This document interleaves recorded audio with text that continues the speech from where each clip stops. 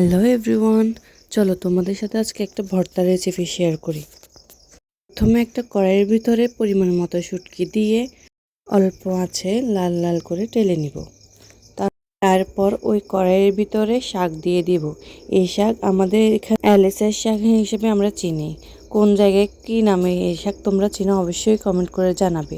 তারপর পরিমাণ মতো তেল দিয়ে এটাকে নেড়ে চেড়ে ভেজে নিব। এরপর ওই কড়াইয়ের ভিতরে কিছু পরিমাণে মরিচ দিয়ে লাল লাল করে টেলে নিলাম।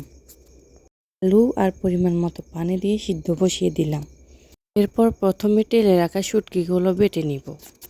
বেটে নেওয়ার পরে টেলে রাখা কাঁচামরিচগুলো বেটে নেব।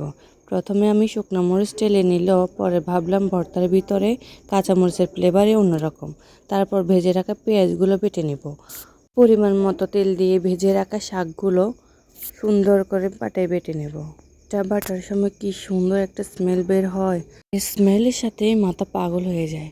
তারপর সিদ্ধ করা আলুগুলো আলতো করে ম্যাশ করে নেব বা বেটে নেব।